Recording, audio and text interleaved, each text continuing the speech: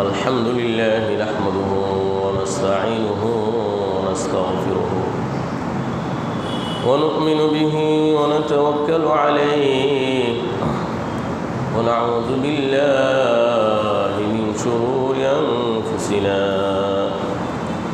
ومن سيئات أعمالنا من يهده الله فلا مضل له ومن يضلل فلا هادي له واشهد ان لا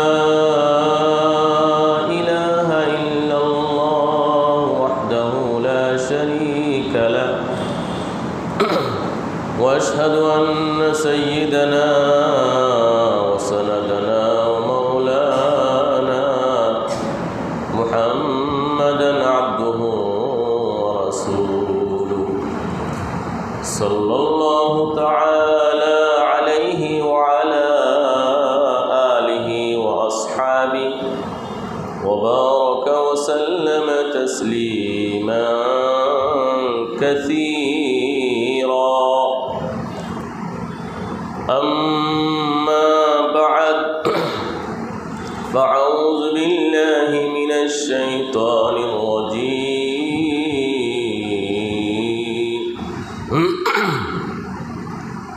بسم الله الرحمن الرحيم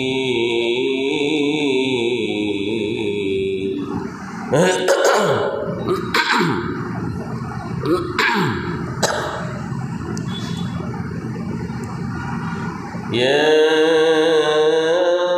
أيها الذين آمنوا لا تتبعوا خطوات الشيطان ومن يتبع خطوات الشيطان فإنه يأمر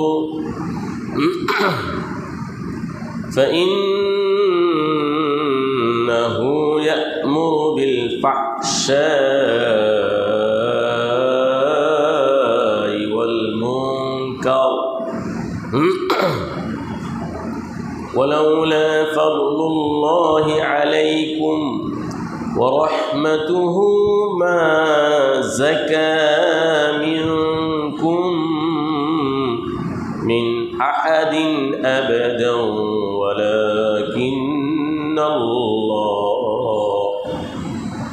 ولكن الله يزكي من يشاء والله سميع عليم ولا يأتل أولو الفضل منكم والسعة أن يؤتوا أولي القربى والمساكين والمهاجرين في سبيل الله وليعفوا وليصفحوا ألا تحبون أن يغفر الله لكم والله غفور رحيم إن الذين يرمون المحصنات الغافلات المؤمنات لعنوا في الدنيا والآخرة ولهم عذاب عظيم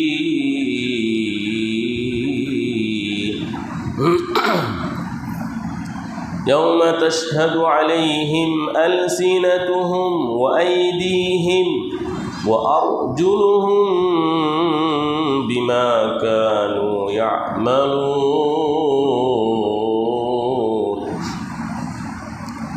يومئذ يوفيهم الله دينهم الحق ويعلمون أن الله هو الحق المبين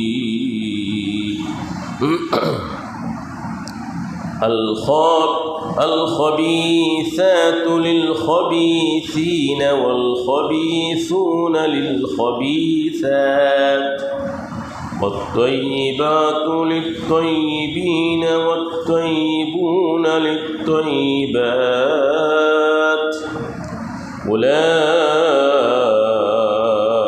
أولئك مبرؤون مما يقولون لهم مغفرة ورزق كريم. بارك الله لنا ولكم في القرآن العظيم ونفعنا وإياكم بالآيات والذكر الحكيم. প্রাণ খুলে আন্তরিকভাবে নিষ্ঠার সাথে ইস্তিগফার এবং দুরূদ শরীফ সবাই পাঠ করে আস্তাগফিরুল্লাহ আস্তাগফিরুল্লাহ আল্লাযী লা ইলাহা ইল্লা হুয়াল হাইয়ুল কাইয়্যুম ওয়া আতুবু ইলাইহি ওয়া লা হাওলা ওয়া লা কুওয়াতা ইল্লা বিল্লাহিল আলিয়্যিল আযীম. اللهم صل على محمد وعلى آل محمد كما صليت على إبراهيم وعلى آل إبراهيم إنك حميد مجيد. اللهم بارك على محمد وعلى آل محمد كما باركت على إبراهيم وعلى آل إبراهيم إنك حميد مجيد. اللهم صل وسلم وبارك عليه. اللهم افتح علينا حكمتك وانشر علينا رحمتك يا ذا الجلال والإكرام. উপস্থিত সম্মানিত কুরআন প্রেমী সুধীবৃন্দ, আল্লাহ তাআলা মেহেরবানি করে সমাজের মানুষের মধ্য থেকে আমাদেরকে বেছে বেছে নির্বাচন করেছেন আল্লাহর কালামের বরকতপূর্ণ আলোচনা শোনার জন্য। আমরা খুশি না বেজার? হ্যাঁ, আমরা যে আজকে বরকতপূর্ণ তাফসিরে বসতে পেরেছি, আমরা খুশি, ফেরেশতারা খুশি, সকল মাখলুকাত খুশি, আল্লাহ খুশি। বেজার একজন বেজার, সে হলো শয়তান। শয়তান বেজার হয়ে গেছে। শয়তান অত্যন্ত ব্যথিত, কেন আজকে আমরা এই তাফসিরে বসলাম। এই জন্য আজকের তেলাওয়াতকৃত আয়াতগুলোর মধ্যে শয়তানের নাম আপনারা শুনেছেন কি না? আজকে আলোচনা হবে শয়তানের কাজ কি, শয়তানের পথে চলা যাবে না, ইনশাআল্লাহ আলোচনা হবে। সম্মানিত সুধী, আজকে আপনাদের সামনে মহাগ্রন্থ কোরআনে কারীমের সূরাতুন নূর এর 21 নং আয়াত থেকে 26 নং আয়াত পর্যন্ত তেলাওয়াত করেছি। সূরাতুন নূর এর 21 নং আয়াত থেকে 26 নং আয়াত, তৃতীয় রুকুর তাফসীর হবে ইনশাআল্লাহ। এই আয়াতগুলো শুরুতেই আল্লাহ তাআলা আমাদেরকে ঈমানদার মুমিন হিসাবে অত্যন্ত স্নেহ, মমতা, ভালোবাসা দিয়ে আহ্বান করেছেন আমরা যেন শয়তানের পথে না চলি, শয়তানের পদাঙ্ক যেন আমরা অনুসরণ না করি। এরপরে গত সপ্তাহে আলোচনা হয়েছিল উম্মাহাতুল মুমিনিন আম্মাজান আয়েশা সিদ্দিকা রাদিয়াল্লাহু তাআলা আনহার বিরুদ্ধে মিথ্যা অপবাদ দিয়েছিল মুনাফিক সম্প্রদায়। অনেক লম্বা আলোচনা গত সপ্তাহে হয়েছে। নবীর পত্নী আয়েশা সিদ্দিকা রাদিয়াল্লাহু তাআলা আনহা, ওনার বিরুদ্ধে মিথ্যা অপবাদ দিয়েছিল আল্লাহ রাব্বুল আলামিন আয়েশা সিদ্দিকা রাদিয়াল্লাহু তাআলা আনহার সতীত্ব ইত্যাদির ব্যাপারে কোরআনে কারিমে সূরা নূরের অনেক আয়াত নাজিল করে বিশ্ববাসীর কাছে আম্মাজান আয়েশার উত্তম চরিত্র এবং সতীত্বের দলিল হিসাবে আল্লাহ তাআলা উপস্থাপন করেছেন। কিয়ামত পর্যন্ত মানুষ এই আয়াতগুলো পড়বে, আম্মাজান আয়েশার মর্যাদা দিন দিন বৃদ্ধি পেতে থাকবে। সম্মানিত সুধী, এরপরে আজকে আলোচনা হবে মানুষকে ক্ষমা করে দেওয়ার এক মহাগুণ। মানুষকে ক্ষমা সুন্দর দৃষ্টিতে দেখা, যদি ভুল ত্রুটি হয়ে যায় মানুষকে ক্ষমা করে দেওয়া, এই ক্ষমা অনেক বড় একটা ইবাদত। এই সম্পর্কে আলোচনা হবে। আউযু বিল্লাহি মিনাশ শাইতানির রাজীম। ইয়া আইয়ুহাল্লাযীনা আমানু লা তাত্তাবিউ খুতুওয়াতিশ শাইতান ওয়া মান ইয়াত্তাবি' খুতুওয়াতিশ শাইতান فإنه يأمر بالفحشاء والمنكر। ইরশাদ হচ্ছে, হে মুমিনগণ, হে মুমিনগণ, হে বিশ্বাসীগণ, তোমরা শয়তানের পদঙ্ক অনুসরণ করো না, শয়তানের রাস্তায় তোমরা চলিও না। নিশ্চয় যে ব্যক্তি শয়তানের পদাঙ্ক অনুসরণ করে, শয়তানের রাস্তায় চলে, অবশ্যই শয়তান তাকে আদেশ করে অশ্লীলতা এবং মন্দ কাজের, পাপের কাজের। ওয়ালাউলা ফাদলুল্লাহি আলাইকুম ওয়া রাহমাতুহু মা যাকা মিনকুম মিন আহাদিন আবাদা। যদি আল্লাহ তাআলার অনুগ্রহ, আল্লাহর মেহেরবানি তোমাদের প্রতি না হতো, আল্লাহ তাআলা তোমাদের কাউকে গুনাহ থেকে পবিত্র করতেন না। ওয়ালাকিন্নাল্লাহা ইউযাক্কি মান ইয়াশা। কিন্তু আল্লাহ তাআলা যাকে চান তাকে গুনাহ থেকে পবিত্র করেন, পরিষ্কার করেন, জান্নাতের বাসিন্দা বানান। আল্লাহু সামিউন আলীম। আল্লাহ তাআলা সর্বশ্রোতা, সর্বজ্ঞ, সব আল্লাহ তাআলা জানেন, সব আল্লাহ তাআলা শুনেন। আল্লাহ শুনেন কি শুনেন না? আল্লাহ তাআলা জানেন কি জানেন না? আমাদের অন্তরে কি আছে আল্লাহ জানেন কি জানেন না? সব জানেন, সব শুনেন। সারা পৃথিবীতে বালুর কণা কি পরিমাণ আছে কে জানেন? আমাদের মাথার মধ্যে কি পরিমাণ পশম আছে, চুল আছে কে জানেন? আল্লাহ তাআলা। সারা পৃথিবীর বৃক্ষের, গাছের কি পরিমাণ পাতা আছে, কি পরিমাণ পাতা পড়ে গেছে, কি পরিমাণ পাতা পড়বে কে জানে? আল্লাহ। আজ পর্যন্ত কি পরিমাণ বৃষ্টি হয়েছে, কত ফুটা বৃষ্টি পড়েছে কে জানে? আল্লাহ। পাহাড় সমূহের ওজন কি পরিমাণ কে জানেন? আল্লাহ। আল্লাহ রাব্বুল আলামিন সব জানেন, সামিউন, সব শুনেন, সর্বশ্রোতা। আফ্রিকার গহীন জঙ্গলে অমাবস্যার অন্ধকার রাত্রে কালো পিপিলিকা জ্বর উঠছে। কালো পিপিলিকার জ্বর ওঠার পর পিপিলিকার নাতিপুতি, আত্মীয় স্বজন চিকিৎসার জন্য ব্যস্ত হয়ে গেছে।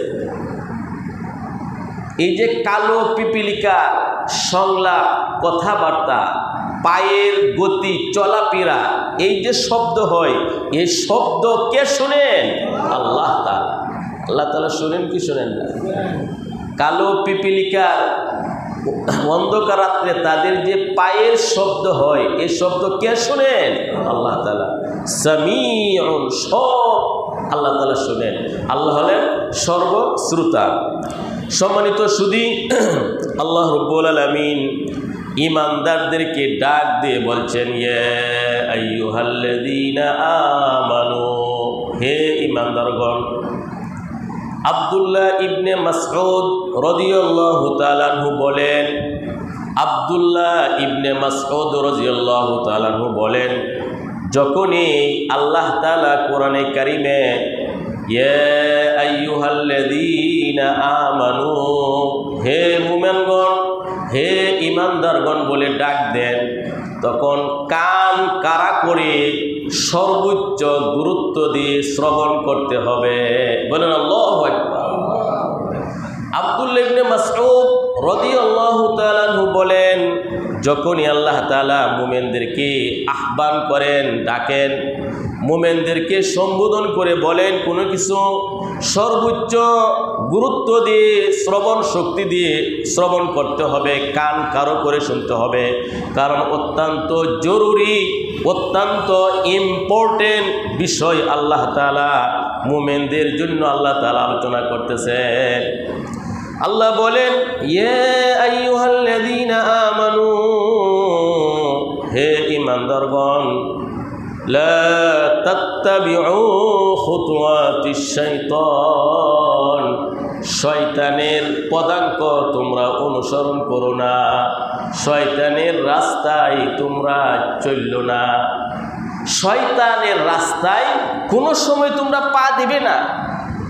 শয়তানের রাস্তা কি আপনারা বুঝতে পারবেন একটু পরেই।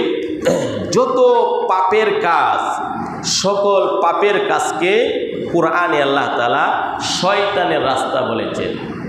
পাপ ছোট হোক বড় হোক, সাধারণ হোক অসাধারণ হোক, যত পাপ, যত অন্যায়, যত গুনাহ রাস্তা, যত গুনার বিষয় আছে, এ সবগুলোকে কোরআনে আল্লাহ তাআলা শয়তানের রাস্তা বলেছেন। কার রাস্তা? শয়তানের রাস্তা। সূরাতুল মাইদার মধ্যে আল্লাহ রাব্বুল আলামিন 90 নং আয়াতে বলেন, শয়তানের কাজ কিগুলো, শয়তানের কাজ, ইয়া আইয়ুহাল্লাযীনা আমানু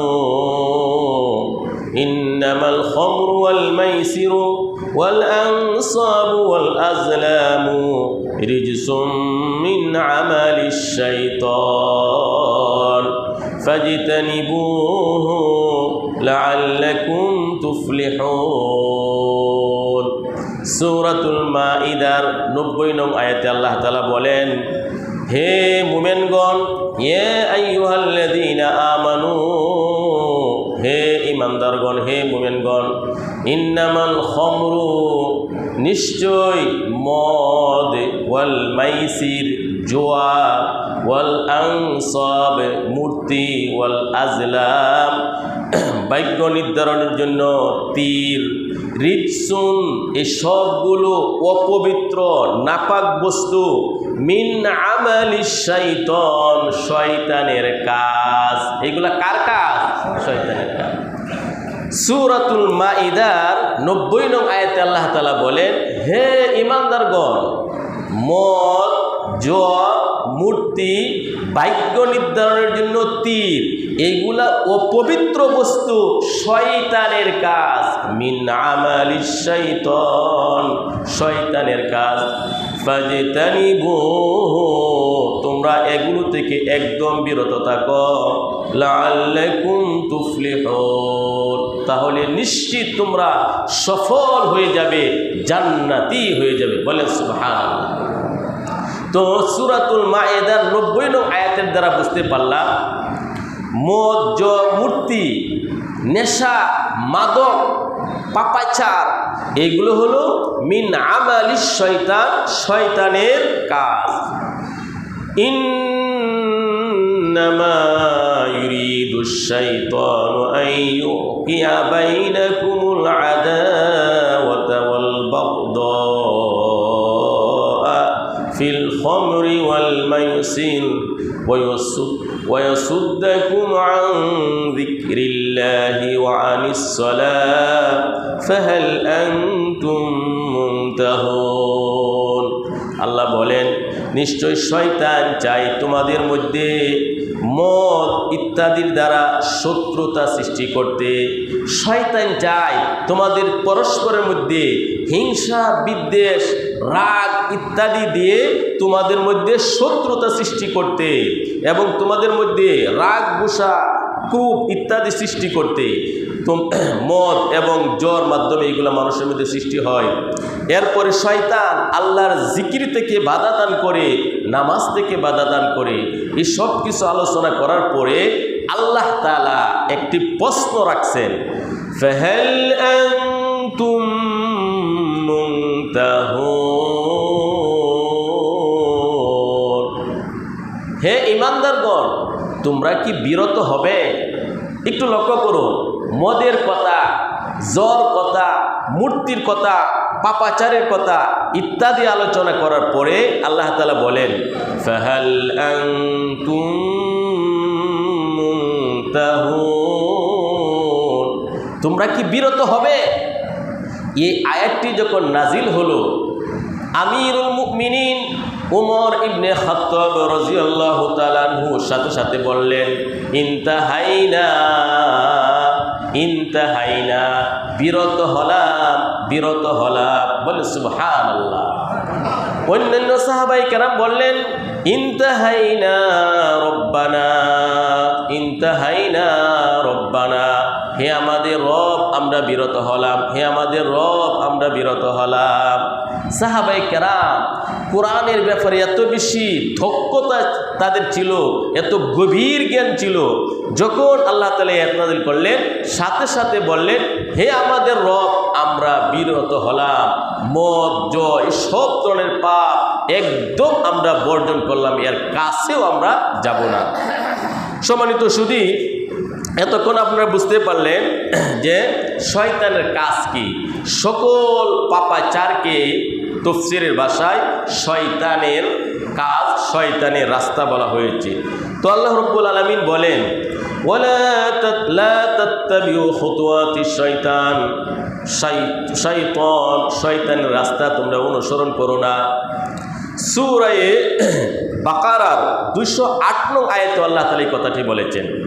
সূরাতুল বাকারার 208 নং আয়াতে আল্লাহ তাআলা বলেন ইয়া আইয়ুহাল্লাযীনা আমানু দুখুলু ফিস-সিলমি কাফা ওয়া লা তাত্তাবিউ খুতুওয়াতিশ শাইতান ইন্নাহু লাকুম আদুউম মুবিন।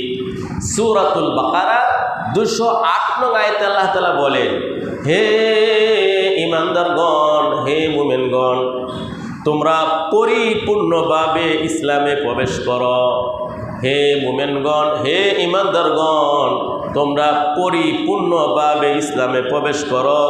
শয়তানের রাস্তা পদাঙ্ক তোমরা অনুসরণ করো না, নিশ্চয়ই শয়তান তোমাদের জন্য প্রকাশ্য শত্রু। বলেন নাউজুবিল্লাহ। সূরাতুল বাকারার 208 নং আয়াতে আল্লাহ তাআলা বলেন হে মুমিনগণ, হে বিশ্বাসীগণ, তোমরা পরিপূর্ণভাবে ইসলামে প্রবেশ করো, শয়তানের পথে তোমরা চলিও না, শয়তানের পদাঙ্ক অনুসরণ করো না। শয়তান অবশ্যই প্রকাশ্য শত্রু। শয়তান কি গোপন শত্রু না প্রকাশ্য? আল্লাহ বলেন ইন্নাহু লাকুম আদুউম মুবিন, নিশ্চয় শয়তান তোমাদের প্রকাশ্য শত্রু। এখন আল্লাহ তাআলা সূরাতুল বাকারার 208 নং আয়াতে বলেন পরিপূর্ণভাবে তোমরা ইসলামে প্রবেশ করো।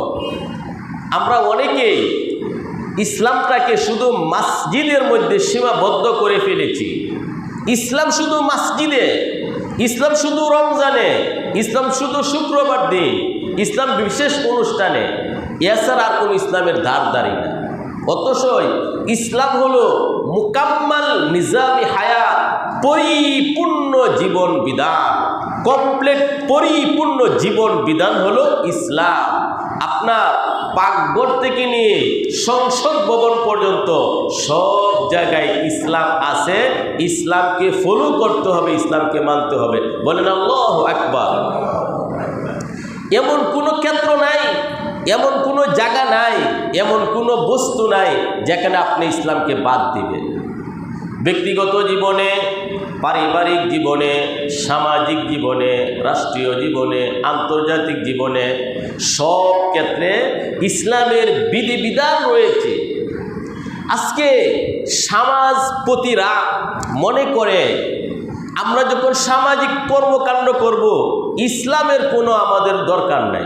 এই জন্যই দেখা যায় যখন মুসলিম পরিবারে বিয়ে শাদী হয়, সম্মানিত সুধী, বিয়ে শাদী একটি পবিত্র ইবাদত। বিয়ে শাদী বিবাহ একটা পবিত্র ইবাদত, মহান এক ইবাদত। বিবাহ শাদী এমন একটা ইবাদত, এটা দুনিয়াতেও চালু আছে, জান্নাতের মধ্যেও চালু থাকবে। বলেন আলহামদুলিল্লাহ। বিয়ে শাদী এটা এমন একটা পবিত্র ইবাদত, মহান ইবাদত, যে ইবাদত দুনিয়াতেও চালু আছে, জান্নাতেও কি চালু থাকবে। জান্নাতি ব্যক্তিগণ হুরগণকে বিয়ে করবে। বলে সুবহানাল্লাহ। তো জান্নাতের যে স্ত্রীরা হবে তাদের কোনো রাগ গুসা থাকবে না, তাদের চরিত্র খারাপ থাকবে না, তাদের প্রস্রাব পায়খানা হবে না, মাসিক হবে না, পিরিয়ড হবে না, স্বামীকে কোনো ধরনের কষ্ট দিবে না। সব সময় স্বামীর মন খুশি করার জন্য জান্নাতের হুরগণ ব্যস্ত থাকবে। বলে সুবহানাল্লাহ।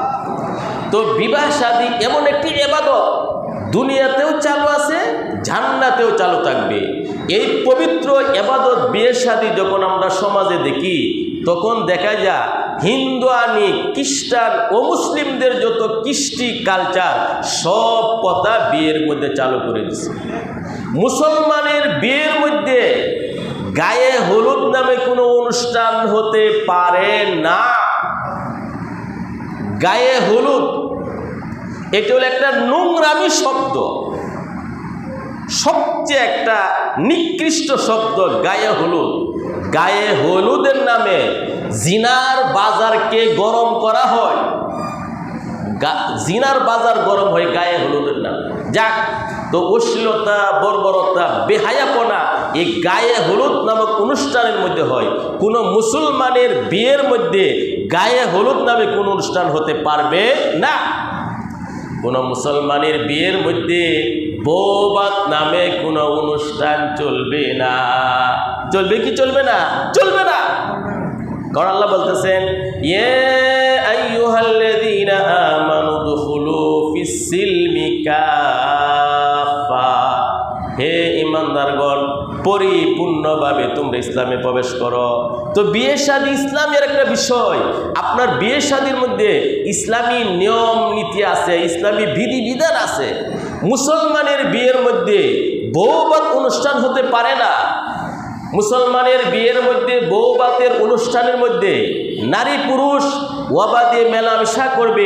একই টেবিলের মধ্যে বেগানা মহিলার সাথে, নারীর সাথে, যুবতীর সাথে যুবক বসবে, পুরুষ বসবে, মহিলারা বসবে, এটা হতে পারে না। আমাদের সমাজে আছে না? আছে না? মসজিদে আসলে টুপি পরে আসে, দাড়ি নিয়ে আসে, পাগড়ি বেঁধে আসে, হাতে তসবিহ। যখন ছেলের অনুষ্ঠান করে, মেয়ের অনুষ্ঠান করে, একইভাবে নারী পুরুষকে একই টেবিলের মধ্যে খাওয়ার ব্যবস্থা করে। সবচেয়ে বড় নোংরামি এটা। অত্যন্ত দুঃখ লাগে আমাদের সমাজে কি হচ্ছে এইগুলা।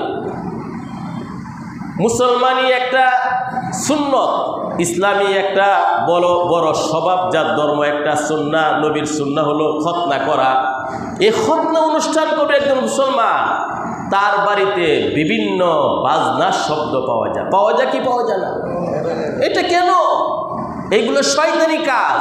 তো আল্লাহ তাআলা বলেন, ইয়া আইয়ুহাল্লাযীনা আমানু দুখুলু ফিস-সিলমি কাফা। পরিপূর্ণভাবে তোমরা ইসলামে প্রবেশ করো। তো ইসলাম শুধু মুসলমানে আমরা সীমাবদ্ধ, মসজিদে সীমাবদ্ধ করে রেখেছি এমন না। আপনার ক্রয় বিক্রয়, ব্যবসা বাণিজ্য, বিয়ে শাদী, আচার অনুষ্ঠান, মুআমালাত, মুআশারাত, সব ক্ষেত্রে আপনার এই ইসলামকে ফলো করতে হবে। আপনি যখন কোনো ক্রয় করবেন ইসলামের অনুসরণ করতে হবে, বিক্রি করবেন ইসলামের অনুসরণ করতে হবে, বিয়ে করাবেন বিয়ে দেবেন ইসলামকে আপনার মেনে নিতে হবে। ইসলামের সুস্পষ্ট নিদর্শন আছে। আপনি কোনো কিছু ক্রয় বিক্রয় করবেন সেখানে কি ইসলাম নাই?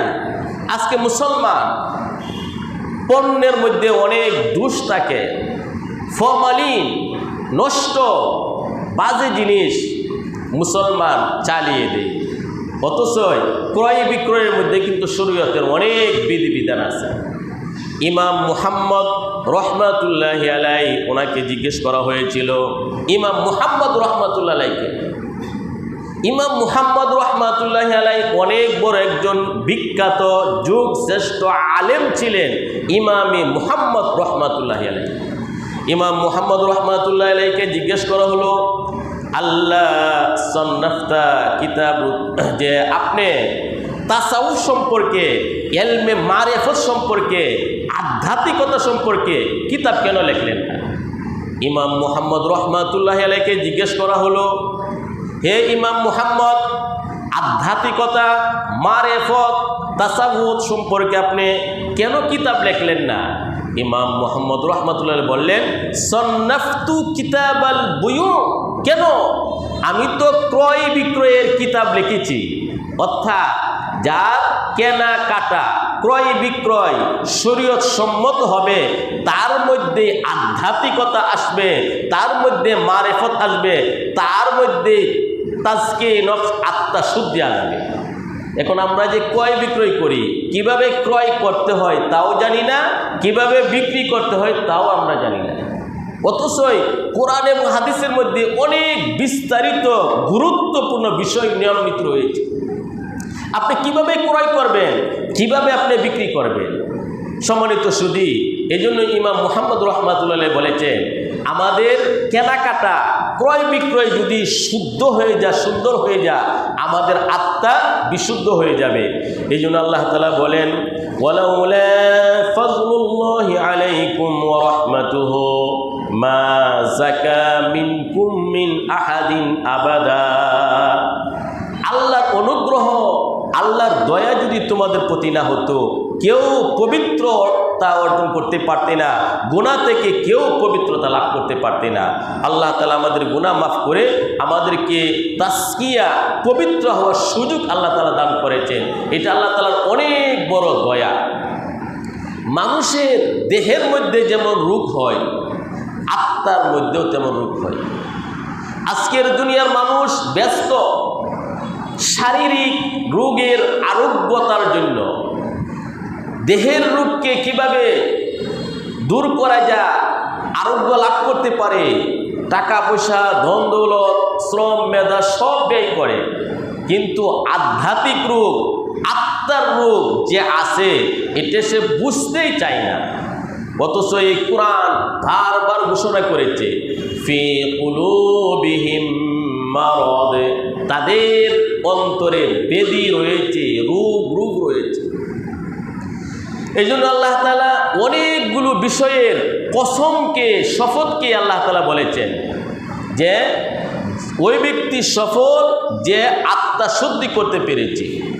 ওয়াশ-শামসি ওয়া দুহাহা ওয়াল কমারি ইযা তালাহা ওয়ান নাহারি ইযা জাল্লাহা ওয়াল লাইলি ইযা ইয়াগশাহা ওয়াস সামাই ওয়া মা বানাহা ওয়াল আরদি ওয়া মা তুহাহা ওয়া নাফসিন ওয়া মা সাওয়াহা ফাআলহামাহা ফুজুরাহা ওয়া তাকওয়াহা ক্বাদ আফলাহা মান যাক্কাহা।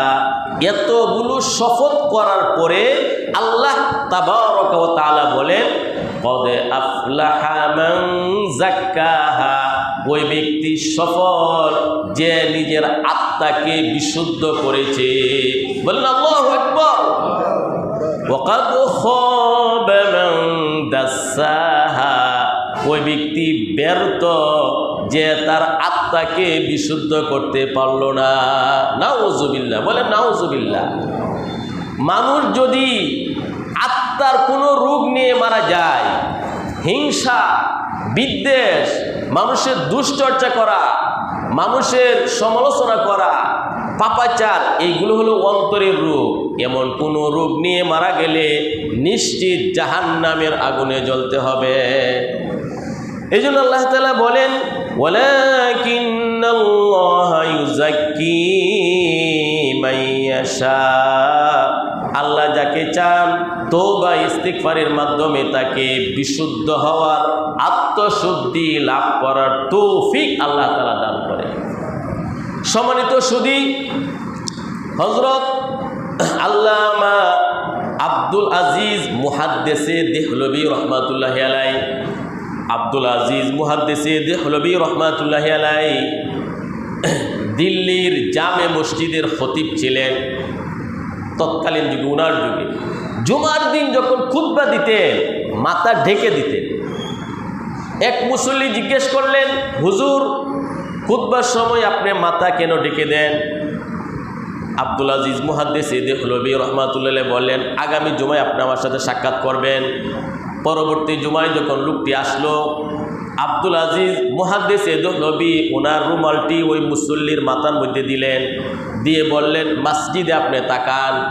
ওই মুসল্লি তাকিয়ে দেখলো মসজিদে মুষ্টিময় কয়েকজন মানুষ, কুকুর, বিড়াল, সিংহ, বাঘ, কাক, শ্রীগাল, হিংস্র প্রাণী মসজিদ ভরা। বলেন নাউজুবিল্লাহ। আবার রুমাল নিয়ে গেলেন, মানুষ দেখতে পেলেন। ওই ব্যক্তি মুসল্লি বলল, হুজুর এমন কেন? আব্দুল আজিজ মুহাদ্দিস দেহলভী রহমাতুল্লাহ বললেন, আল্লাহ তাআলা আমাকে আধ্যাত্মিক শক্তি দিয়েছেন। আমি যখন আমার মুসল্লিদের দিকে তাকাই, যার মধ্যে যে রূপ আছে এই চরিত্রটা আমার সামনে ভেসে ওঠে। এই জন্য কাউকে আমি দেখি বিড়ালের মতো বিড়াল, কাউকে দেখি কুকুর, কাউকে দেখি সাপ, কাউকে দেখি কাক, কাউকে দেখি হিংস্র প্রাণী, বাঘ, সিংহ। তো আমাদের মধ্যে চরিত্র আছে না নাই? এই জন্যই আল্লাহ সুবহানাহু ওয়া তাআলা নবী করিম সাল্লাল্লাহু আলাইহি সাল্লামকে 4টা বিশেষ দায়িত্ব দিয়ে প্রেরণ করেছিলেন। তার মধ্যে একটি দায়িত্ব হলো ওয়ায়ুযাক্কিহিম, আত্মা বিশুদ্ধ করা, আত্মাটাকে পবিত্র করা। যাক, এরপরে আল্লাহ তাআলা বলেন, যে আয়াতটি আসতেছে, ওয়ালা ইয়াতালি উলুল ফাদলি মিনকুম ওয়াসআতি, এই আয়াতের শানে নুজুল হলো, আপনারা শুনেছেন গত সপ্তাহে আম্মা জান আয়েশা সিদ্দিকা রাদিয়াল্লাহু তাআলা আনহার প্রতি যখন মিথ্যা অপবাদ দেওয়া হয়েছিল, আল্লাহ রাব্বুল আলামিন 1 মাস পরে কোরআনের অনেকগুলো আয়াত নাযিল করে প্রমাণ করলেন আম্মা জান আয়েশা সতী সৎ। আর যারা মিথ্যা আলোচনা করেছে, অপবাদ দিয়েছে, তারা মিথ্যাবাদী। আব্দুল ইবনে উবাই ইবনে সালুল আরও অনেকে। তো তাদের মধ্যে একজন ব্যক্তি ছিল মিসতাহ রাদিয়াল্লাহু তাআলা আনহু। তিনি বদরের যুদ্ধে অংশগ্রহণ করেছিলেন। তিনি খাঁটি মুসলমান ছিলেন, কিন্তু এই মুনাফিকদের কপ্পরে তিনি পড়ে গেলেন। মুনাফিকদের কপ্পরে পড়ে আম্মা জান আয়েশার ওই মিথ্যা অপবাদের কথা সমাজের মধ্যে তিনিও চর্চা করতেছিলেন। তো যখন আল্লাহ তাআলা আয়াত নাযিল করে প্রমাণ করলেন আম্মা জান আয়েশা বিশুদ্ধ পবিত্র, তখন আবু বকর সিদ্দিক রাদিয়াল্লাহু আনহু মিসতাহ আবু বকর রাদিয়াল্লাহু আনহুর আত্মীয় হতেন। আত্মীয়তার সূত্রে সার্বিক সাহায্য সহযোগিতা করতেন। মিসতাহ রাদিয়াল্লাহু আনহু তিনি দারিদ্র ছিলেন, অভাব অনটনে ছিলেন। আবু বকর রাদিয়াল্লাহু আনহু সাহায্য সহযোগিতা করতেন। তো যখন আল্লাহ তাআলা আয়াতগুলো নাযিল করে বুঝাইলেন আম্মা জান আয়েশা পবিত্র আর সবাই মিথ্যা অপবাদ দিয়েছে, আবু বকর সিদ্দিক রাদিয়াল্লাহু তাআলা আনহু এত ব্যথিত হলেন, এত মর্মাহত হলেন, হ্যাঁ আমি মিসতাকে এত আর্থিক সহযোগিতা করি, নুন আনতে ফান্তা ফুরাই, তাকে আমি তার ফ্যামিলির খরচটা আমি চালাই, আর সেই মিস্তা আমার মেয়ে আয়েশার বিরুদ্ধে মিথ্যা প্রচার করেছে। না না না, আল্লাহর কসম আমি এই মিস্তাকে আর একটা পয়সাও দিব না। আবু বকর রাদিয়াল্লাহু তাআলা আনহু কসম করে বললেন, আল্লাহর কসম মিস্তাকে আমি আর একটা টাকাও দিব না।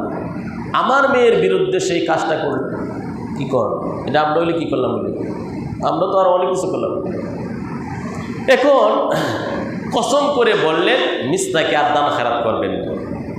আল্লাহ তাআলা আয়াত নাযিল করে বলেন, হে আবু বকর, যাদেরকে আল্লাহ তাআলা আর্থিক সচ্ছলতা দান করেছেন তারা যেন আত্মীয় স্বজন, গরিব মিসকিন, আল্লাহর পথের মুজাহিদকে দান করা থেকে বিরত না থাকে, কসম করে কথা না বলে। আল্লাহ তাআলা বলেন, وَلَا يَأْتَلِ أُولُو الْفَضْلِ مِنكُمْ وَالسَّعَةِ أَن يُؤْتُوا أُولِي الْقُرْبَى وَالْمَسَاكِينَ وَالْمُهَاجِرِينَ فِي سَبِيلِ اللَّهِ।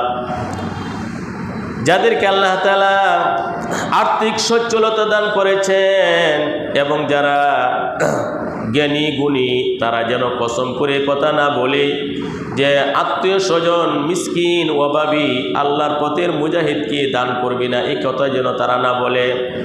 ওয়ালিয়াফু ওয়ালিয়াসফাহু, তারা যেন তাদের ভুল ত্রুটি ক্ষমা করে দেয় এবং এগুলো উপেক্ষা করে চলে। আলা তুহিব্বুনা আইয়াগফিরাল্লাহু লাকুম, আরে তোমরা কি পছন্দ করো না যে আল্লাহ তাআলা তোমাকে ক্ষমা করে দেখ? সুবহানাল্লাহ। তোমরা যদি এদেরকে ক্ষমা করে দাও, দান খায়রাত আবার শুরু করো, তাহলে আল্লাহ তাআলা তোমাদেরকে মাফ করে দিবেন। এটা কি তোমরা পছন্দ করো না? আলা তুহিব্বুনা আইয়াগফিরাল্লাহু লাকুম, তোমরা কি পছন্দ করবে না যে আল্লাহ তাআলা তোমাদেরকে মাফ করে দেব? এটা কি তোমরা চাও না, পছন্দ করো না? আল্লাহু গফুরুর রহিম, আল্লাহ তাআলা অত্যন্ত ক্ষমাশীল, অতি মেহেরবান। সাথে সাথে আবু বকর সিদ্দিক রাদিয়াল্লাহু বললেন, হ্যাঁ অবশ্যই আল্লাহ আমাকে ক্ষমা করে দেব, এটা আমি পছন্দ করি। আবু বকর রাদিয়াল্লাহু কসম ভেঙে কাফারা আদায় করলেন এবং বললেন, মিস্তাকে মৃত্যু পর্যন্ত আমরণ আমি সহযোগিতা করে যাব। বলেন সুবহানাল্লাহ। তো আবু বকর রাদিয়াল্লাহু মাফ করে দিলেন, ক্ষমা করে দিলেন। মানুষকে ক্ষমা করে দেওয়া এটা সবচেয়ে সুন্দর একটা কাজ। এই পৃথিবীতে যত সৌন্দর্য রয়েছে, সবচেয়ে বড় সুন্দর কাজ হলো মানুষকে ক্ষমা করে দেওয়া। এই জন্য আমাদের সমাজের মধ্যে একটা প্রবাদ বাক্য আছে, ক্ষমা সুন্দর দৃষ্টিতে দেখি। বলে কি বলে না? ক্ষমা সুন্দর দৃষ্টিতে। ক্ষমাটা হলো সবচেয়ে সুন্দর বিষয়। এই জন্যই মানুষকে ক্ষমা করে দেওয়া।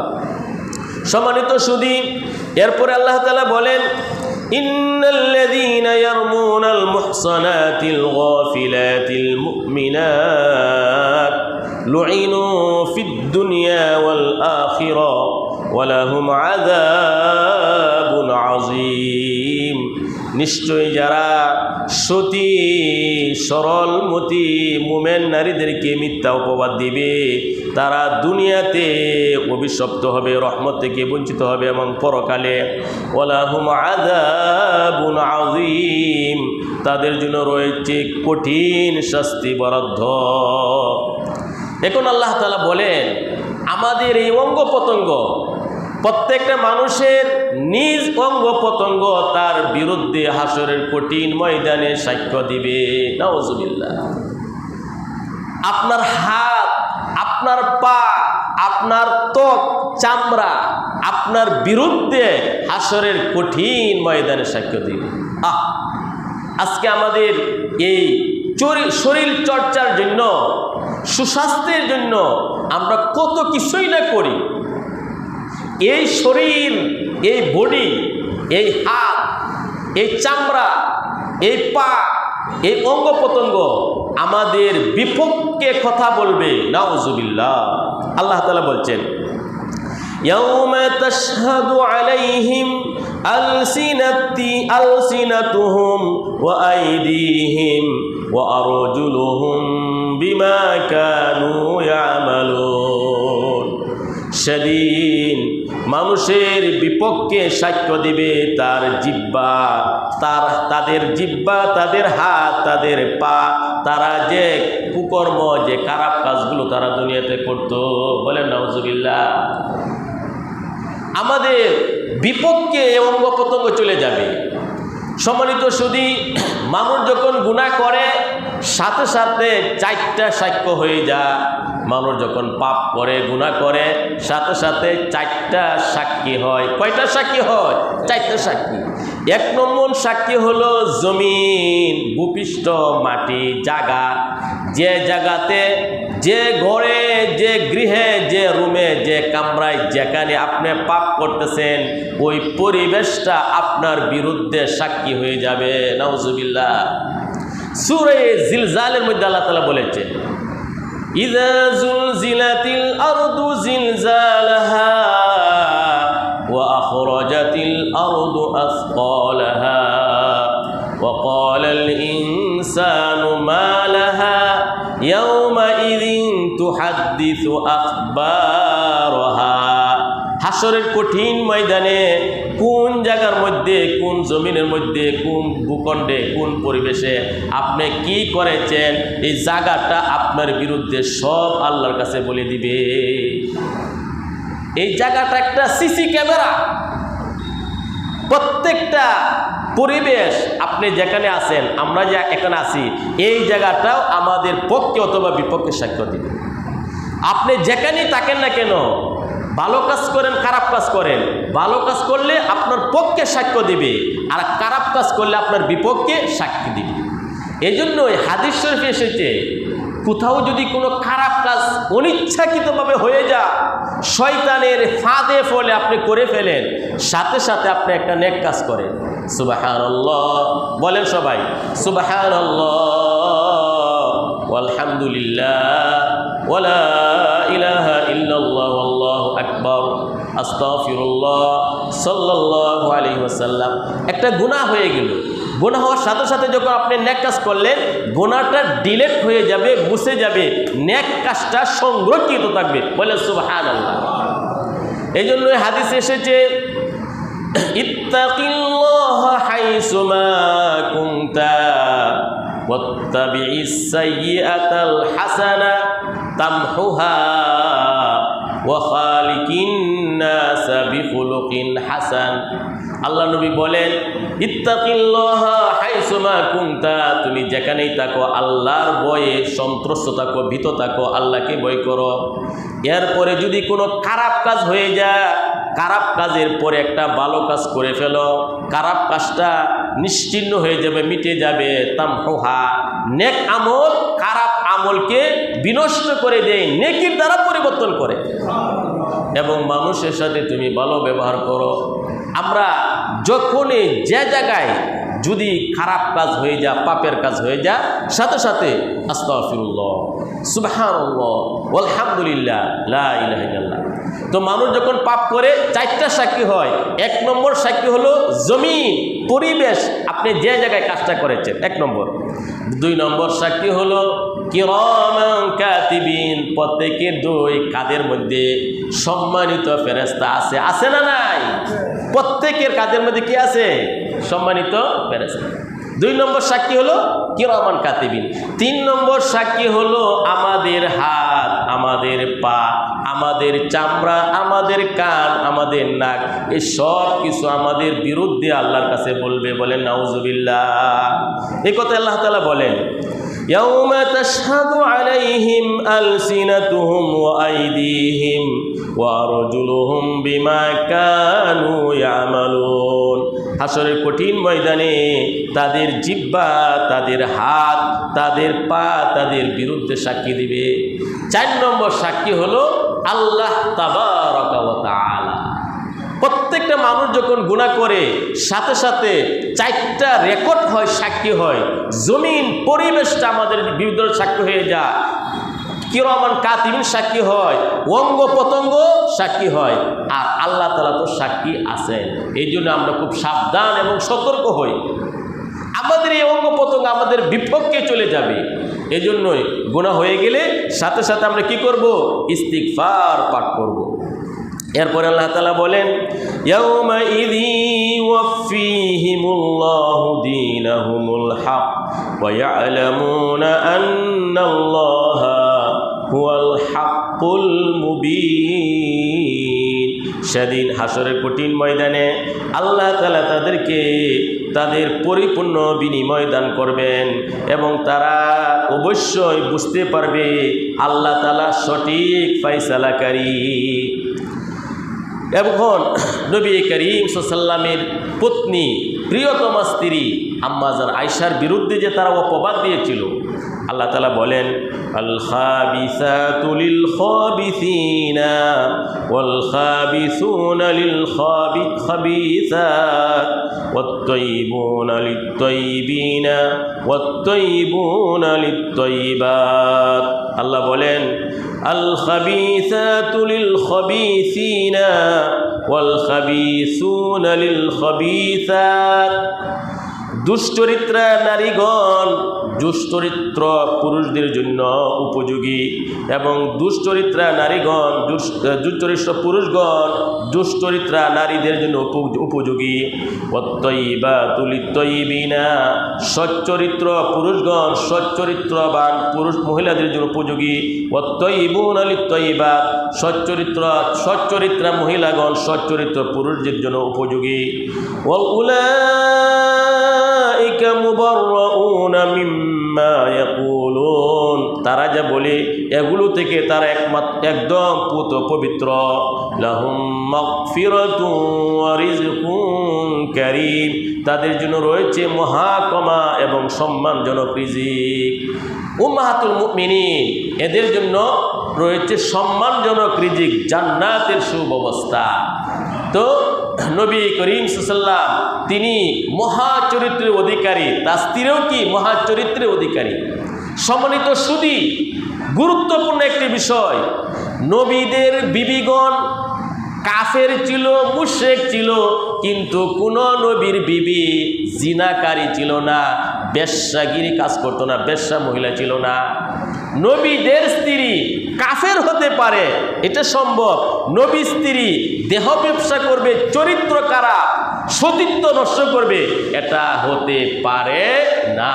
আল্লাহ রাব্বুল আলামিন কুদরতিভাবে নবীদের পত্নীকে, স্ত্রীদেরকে আল্লাহ তাআলা হেফাজত করেছেন। নূহ আলাইহিস সালামের স্ত্রী কাফের ছিল, লূত আলাইহিস সালামের স্ত্রী কাফের ছিল, এটা হতে পারে, কিন্তু তারা সতীত্বকে নষ্ট করেছিল না, পরপুরুষের সাথে জিনা করতো না, দেহ ব্যবসা করতো না, শারীরিক সম্পর্ক করতো না, আল্লাহ তাআলা হেফাজত করেছেন। তো নবীর বিবিগণ কাফের হতে পারে, কিন্তু নবীর বিবির চরিত্র নষ্ট হয়ে যাবে, সতীত্ব হারিয়ে ফেলবে, এটা সম্ভব না। তো আল্লাহ রাব্বুল আলামিন বলছেন সচ্চরিত্র পুরুষ সচ্চরিত্র পুরুষের মহিলা সচ্চরিত্র পুরুষের জন্য উপযোগী, আর সচ্চরিত্র মহিলা সচ্চরিত্র পুরুষের জন্য উপযোগী। দুশ্চরিত্রা মহিলা দুশ্চরিত্র পুরুষের জন্য উপযোগী। ভালোর জন্য, আর খারাপ কি? খারাপের জন্য। নবী স্ত্রীদেরকে আল্লাহ তাআলা দেহ ব্যবসা, শারীরিক অবৈধ সম্পর্ক থেকে কুদরতিভাবে আল্লাহ তাআলা হেফাজত করেছেন। সম্মানিত সুধী, এই আয়াতগুলোর মধ্যে আল্লাহ তাআলা বলেছেন, হে মুমিনগণ, শয়তানের পদাঙ্ক তোমরা অনুসরণ করবে না। যত খারাপ, যত পাপ, এইগুলো হলো শয়তানের রাস্তা। শয়তানের রাস্তা চলা যাবে না। মানুষকে ক্ষমা করে দিতে হবে।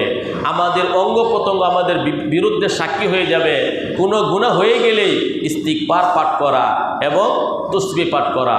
আল্লাহ তাআলা আমাদের সবাইকে আজকে সূরাতুন নূরের তৃতীয় রুকুর সার নির্যাসের উপর অনুধাবন এবং আমল করার তৌফিক আল্লাহ তাআলা দান করুন। কোরআনের নূর আমাদেরকে দান করুন। আমাদেরকে আল্লাহ তাআলা হেদায়েত নসিব করুন। সবাই বলুন আমিন।